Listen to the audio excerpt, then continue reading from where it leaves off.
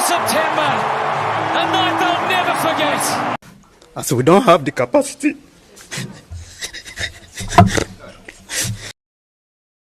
If I had to describe my feelings in one word right now, it would be conflicted.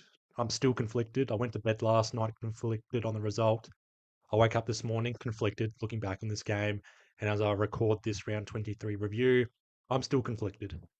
Collingwood going down by 3 points at Adelaide Saturday night, 8-8-56 to 9-5-59. It's a good halftime score. It's a semi-decent three-quarter time score. It's a pretty shit final quarter score, to be honest. 16 scoring shots to 14, 30 scoring shots overall from 108 inside 50s combined. Adelaide 37, Collingwood 71. That's the big sticking point for me in this game. 71 inside 50 entries for just 8 goals.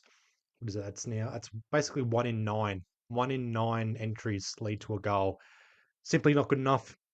We used to be above 25%, close to 30%.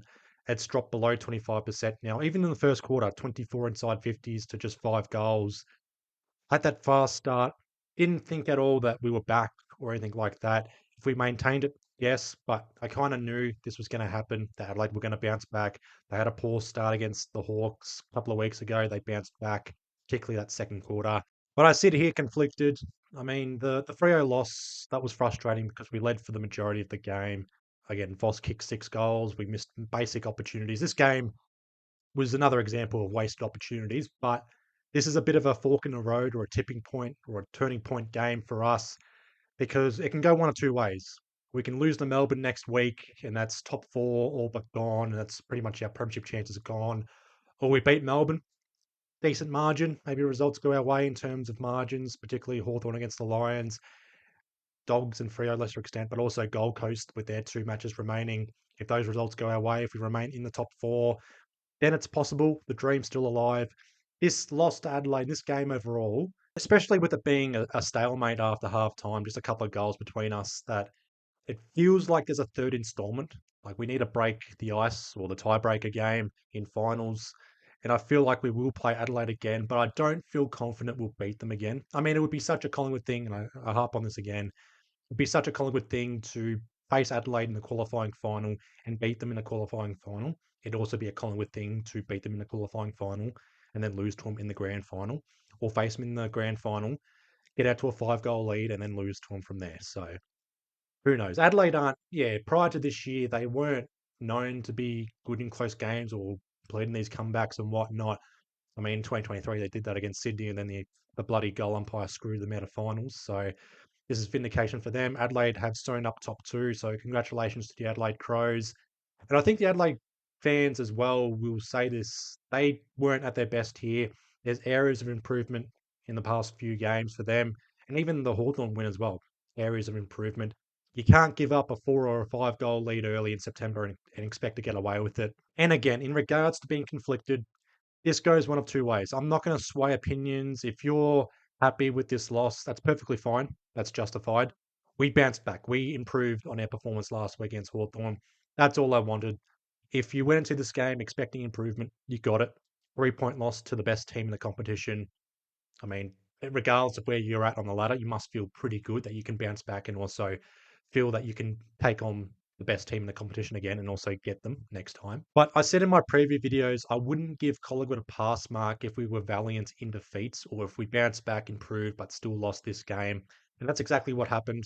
And yeah, again, that's why I'm conflicted, because we bounced back, shown areas of improvement, players responding well, some players not so much, but that's perfectly fine. I'm not perfectly fine like that. I'm just saying, guys like Dan Houston, Jack Crisp, side bottom, even a lesser extent Ned Long, he was more involved, but he just kept butchering the footy. But then you have guys like McStay, who remains out of form. Darcy Moore's not having much of a contribution. Brody Myercheck was kept goalless. Mark Keane was doing whatever he wanted down back. Josh Worrell, probably his best game I've ever seen. The Goey doesn't have a good game, but Will Parker comes in and plays that connector role pretty well. So yeah, I'm a bit conflicted still. Some players performing well, some players not performing well.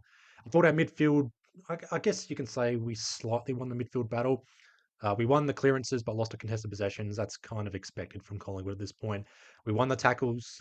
That's mostly the case with us, plus 22.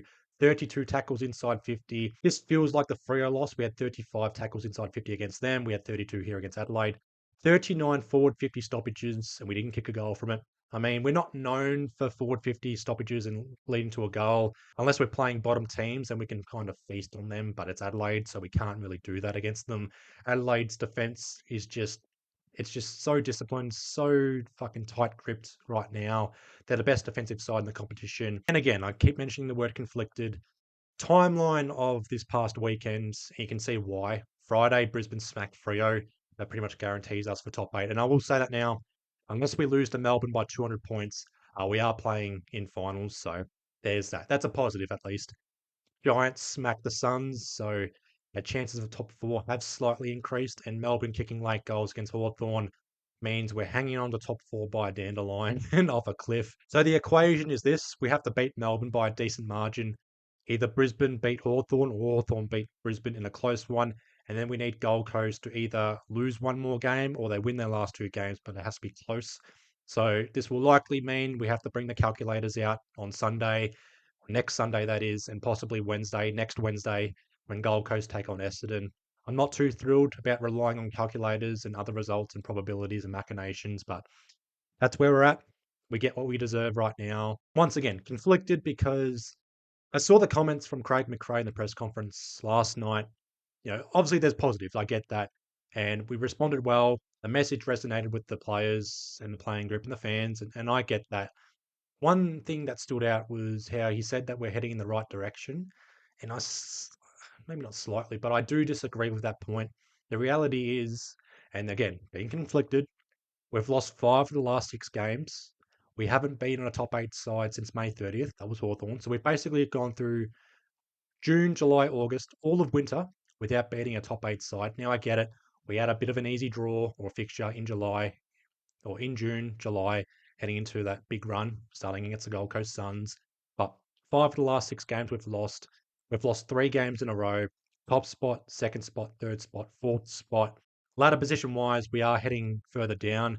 If we lose to Melbourne on Friday night, then we will not be finishing top 4. And all options in the top 8 are on the table: 5th, 6th, 7th, or 8th. So who knows? Who knows where we'll end up if we lose to Melbourne? If we beat Melbourne, we're guaranteed a home final, whether it's in week 1 or week 2. Maybe if fortune goes our way, we could end up facing Geelong week 1 finals. That would benefit us in terms of not having to travel as much. But if we are traveling, we'll likely be heading over to Adelaide again. We know what's expected, we know what's required, but I do think Adelaide have a lot more areas of improvement here coming out of this game compared to us. Their forward line didn't fire as much, and that's mostly because of the wet weather conditions. Not much fault in our back line. This is not the issue with Collingwood right now. It's not the back line, it's our forward line. It's more so the connection inside 50. I get it. Jamie Elliott's kicking goals. Membry's still kicking goals. Schultz and McCreary's forward 50 pressure is magnificent. But when McStay's out of form and my check doesn't fire a shot in this game, what chance do we have? And 8 goals, 856. I mean, we've won a game scoring under 60 points before. We've won finals scoring under 60 before, but 88-56 doesn't pay the bills and it doesn't win us a premiership as well. So if I had to summarize this game, quite simply, I am conflicted.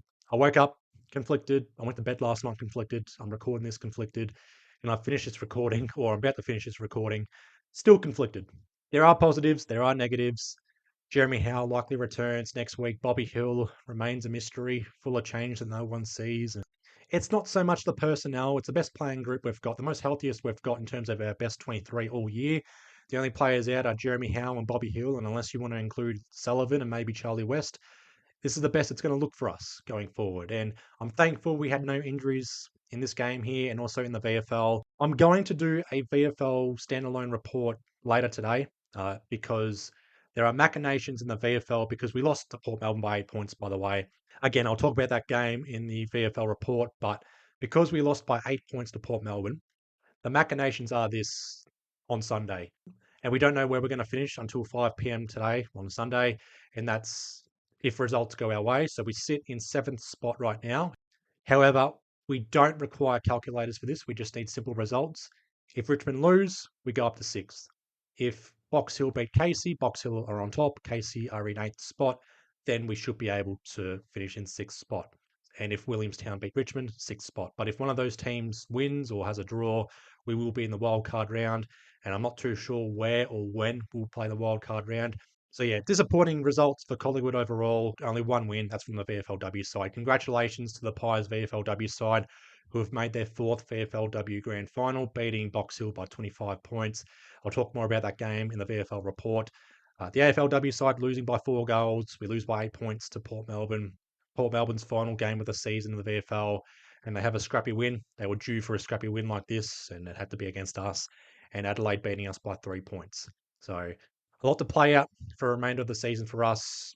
We've got 3 games to worry about next week: the AFL, AFLW, and VFL wildcard round maybe. So again, that's all watch this space. But I'll wrap up this video here.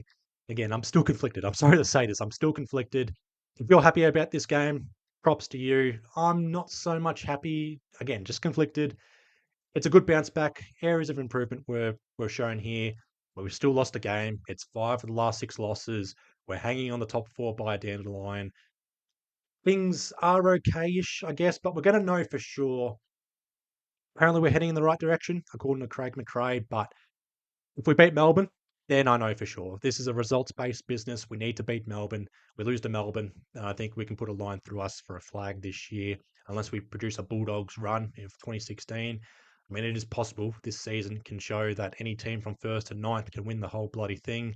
We're about to know for sure who's going to be knocked out next week, and we'll know by next week and possibly by Wednesday night when and where we're playing, where we finish up, who we're facing, and yada, yada, yada. But positives, we're playing finals. No injuries coming out of this game unless someone goes in for scans and all of a sudden they're out for a month. But who knows? It's all watch this space. I love saying watch this space. I'll leave you guys all to it. Just look out for my VFL report either later tonight or first thing Monday morning. I'll leave you guys all to it. Be well. Try and stay safe. We're going to cop it yet again. But stay safe. Make Pies out. Up the Pies!